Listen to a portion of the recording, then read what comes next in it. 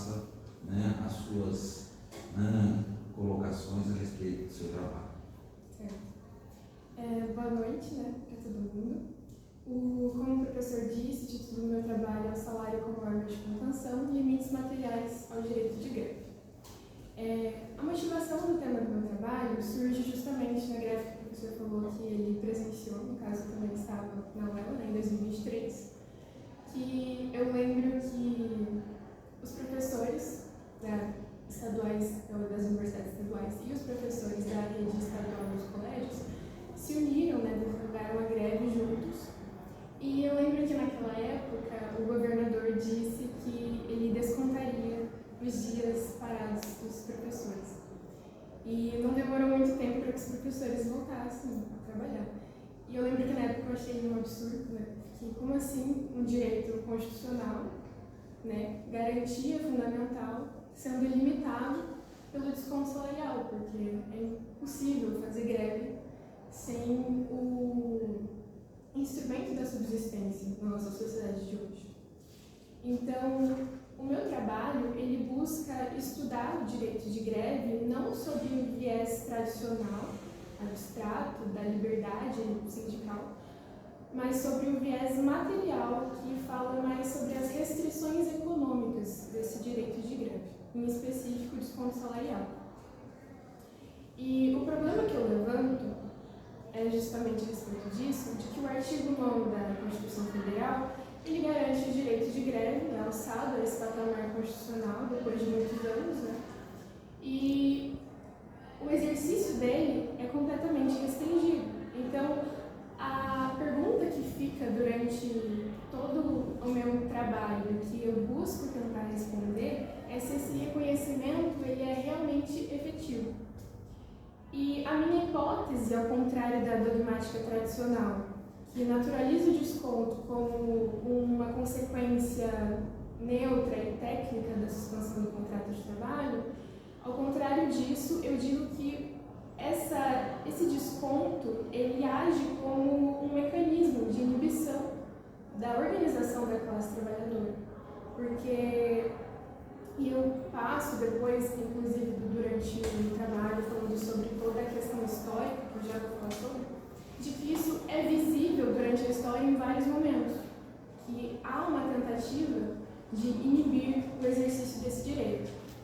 E a minha pesquisa usa como marco teórico principalmente 3 autores, que é o Pachucanes, o Edelman e o Marx. Pachucanes porque compreende o direito como uma forma social derivada da troca mercantil. Então, para ele, o direito não é neutro, ele expressa as relações de classe.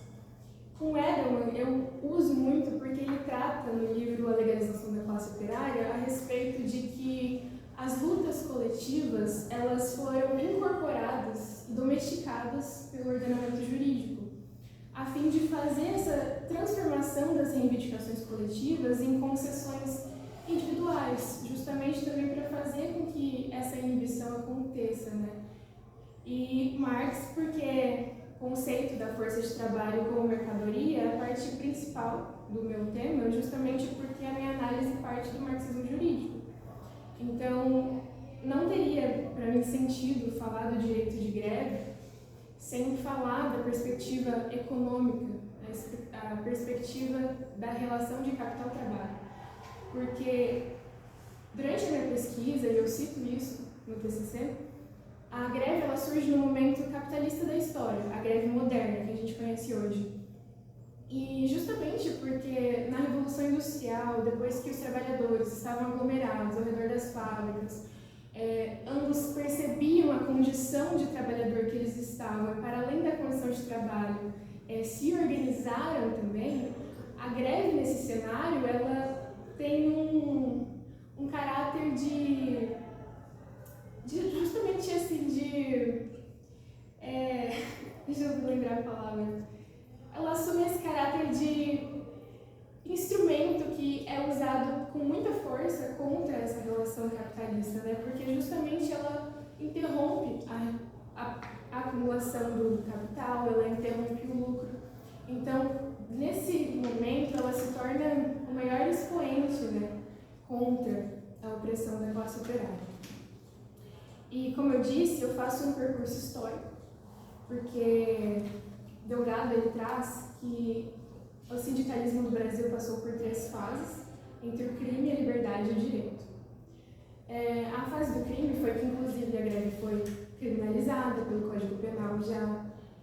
A fase da liberdade, onde a greve deixa de ser criminalizada, mas ela não é legalizada, ela não é reconhecida formalmente. E a fase do direito. E a minha ideia é trazer que esse percurso não é linear, ele não é progressivo. Ele reflete uma reconfiguração do controle, porque o controle que era feito antes com a forma da prisão, depois com restrições jurídicas que, por mais que não legalizassem nem descriminalizassem, impediam que a greve seja feita com efetividade, hoje em dia o desconto toma esse papel, porque o direito de greve está formalmente no ordenamento jurídico, porém não há maneiras de que as pessoas façam greve com risco da fome, com risco de comprometer a subsistência do trabalhador, né? E o mecanismo central é que, após a Constituição Federal, que adotou no artigo 9º a respeito da greve, a Lei 7.783 de 89 busca regular esse direito fundamental. E nessa lei, ela trata sobre a suspensão do contrato durante a greve. E é justamente essa questão que denuncia esse problema estrutural, porque a lei ela apenas nomeia esse fenômeno, mas a interpretação que é feita pelo STF e pelo TST, que consolida esse entendimento de que deve, portanto, acontecer a suspensão do salário, não é constitucional, e muito menos está na lei, é uma interpretação. E a ideia é justamente falar que essa consequência não é neutra, ela produz efeitos materiais sobre a decisão de paralisar ou não, tão eficaz que o desconto ele não precisa ser aplicado, só a ameaça de que o desconto exista já é o suficiente para fazer essa inibição dos trabalhadores. E a partir desse referencial teórico que eu reuni, eu trato que esse mecanismo exerce uma função ideológica e que ele formaliza o direito de greve ao mesmo tempo que limita o seu exercício. E acabo concluindo que o direito de greve é um dispositivo de controle que opera dentro da legalidade e que a sua insuficiência protetiva não é uma falha do sistema, mas sim uma função desse sistema, que é jurídico burguês. É isso. Fico à disposição. Então, conforme eu tinha salientado, vou passar a palavra para a professora Aline para que faça as suas observações e, assim entender também, perguntar para você aquilo que achar que é importante. Obrigada, professor Bessa, obrigada, Isabelle, pelo convite e agradeço, Isabelle, o convite, sobretudo, por me propiciar contato com o seu trabalho. O trabalho da Isabelle, professor Bessa, me chamou muita atenção pela densidade dos referenciais teóricos. E aqui, assim, eu vejo a mão do professor Bessa. Você foi monitora do professor, não foi? Aqui eu vejo ali uma contribuição gigantesca do professor Bessa na escolha dos marcos teóricos. Porque tenho certeza, nunca vi nenhum trabalho de conclusão de curso trazendo Pachucanes, porque é uma leitura que geralmente não se tem na graduação. Então, Isabelle, o seu trabalho está ali degraus à frente, demonstra uma maturidade acadêmica incomum. Tá? Parabéns, parabéns pela escolha do tema, pelo recorte. Você teve uma fonte material, traçando uma analogia ali com o direito do trabalho e as fontes, você teve uma fonte material, né, o que te despertou o interesse de pesquisar o tema foi um acontecimento aqui da própria instituição. A sua premissa ela é bem evidente, você confirma ao final, né? Desconto como mecanismo de inibição do exercício do direito de greve. Então, o seu trabalho ele realmente me impressionou demais quando você me mandou para a leitura desde o sumário. É algo, é um ponto de destaque, assim, e que merece realmente muitos elogios. Tá?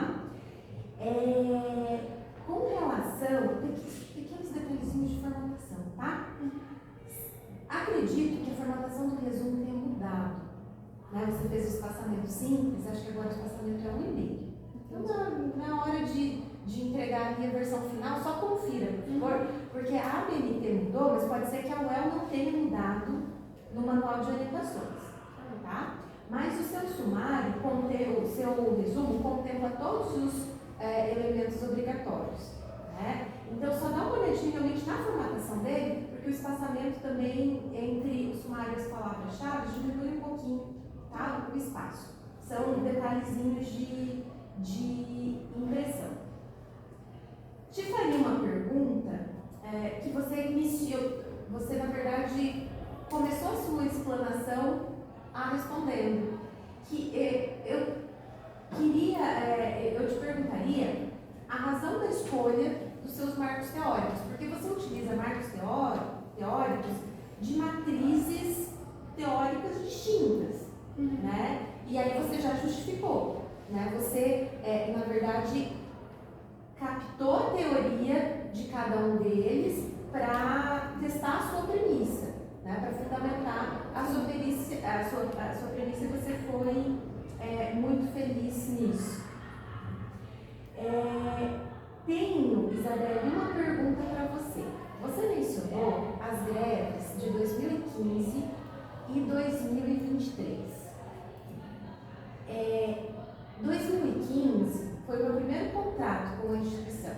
Na verdade, eu fui trabalhar com o professor Renato no EAJ, justamente porque o professor Renato estava em tese licenciado, porque ele não, o professor Renato não deixou suas turmas, né? Mas ele poderia estar licenciado por conta das atividades sindicais, uma licença parcial, né?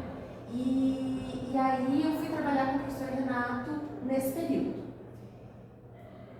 E depois disso, nós tivemos 2023, mas nós tivemos mais uma, não tivemos nesse meio tempo? Alguma paralisação mais extensa, professor? Não, então foram só essas duas. Por que eu estou as mencionando? Eu estava aqui nas duas, como professora temporária. E a minha pergunta para você é o seguinte: o professor temporário tem o direito à greve? Sim ou não? E depois que você responder, eu até justifico a minha pergunta. Por que eu a faço a você? Porque eu quero te escutar um pouquinho sobre isso.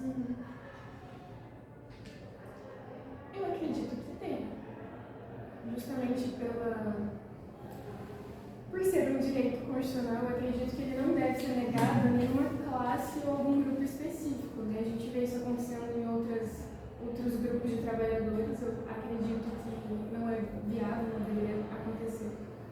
E também porque esses trabalhos dos professores temporários, eu acredito que eles não deveriam estar nessa condição, sabe? E muitas vezes acabam aqui na instituição, em outros lugares, até sofrendo muito mais com as repressões institucionais, né? Eu acredito que sejam pessoas que têm até mais a dizer, mais a lutar, e eu acredito que deveria sim poder fazer a greve. Sim. E eu concordo com você, né? Mas por que eu te perguntei isso, né? Por que eu quis te ouvir? Porque, inclusive, em algumas ocasiões, posicionamentos institucionais são colocados de forma contrária. Porque, de fato, quando professores temporários assumem, eles conhecem condições de trabalho.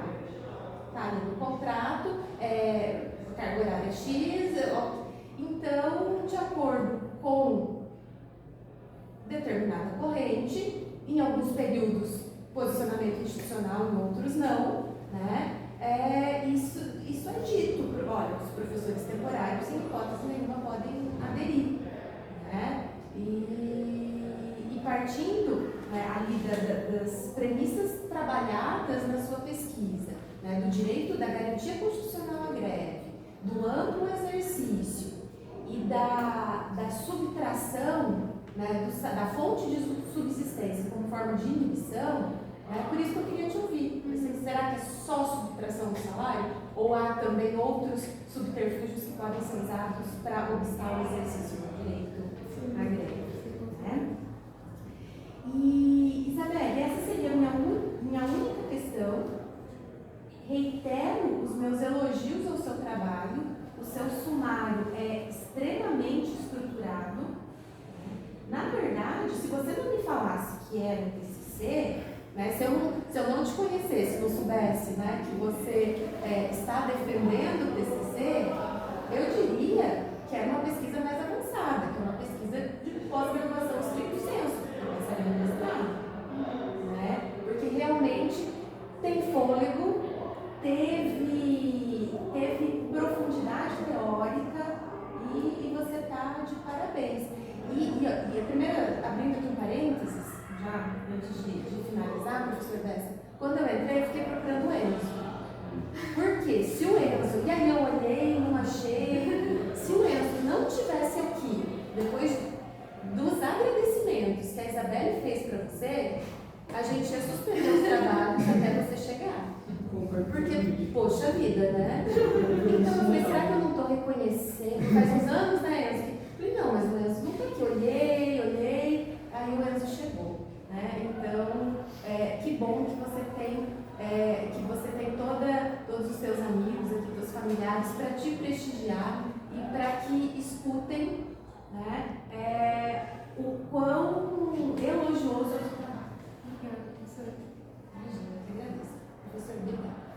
Obrigado, professora Aline. Professor Renato Lima Barbosa, passa a palavra. Quero agradecer a oportunidade de estar com vocês, tá? Uma turma boa aqui também, né? E você que esteve lá comigo lá no começo do curso, né? E o Marco Antônio também, tá? O teu trabalho foi uma delícia de ler, sabe? Eu acho que foi, que foi o trabalho mais gostoso que eu realmente fiquei lendo, eu fiquei pensando aqui no caminho, eu vim comentando com a Aline, né? A gente estava em outra banca, eu falei assim, tá vontade de deixar só ela expor e pedir, falar assim, e aí? Não, dá só um cafezinho, tá ótimo. Então a gente fica procurando onde eu vou pegar uma contradição aqui, tá? Mas não tem. O trabalho realmente está perfeito, tá? Então talvez façamos mais aqui um bate-papo, uma provocação para você, tá? Já estou parabenizando antes, né? Mas você mesmo aqui usou um trecho, por exemplo, do teu trabalho, quando você cita uma fase mais recente do próprio presidente, né?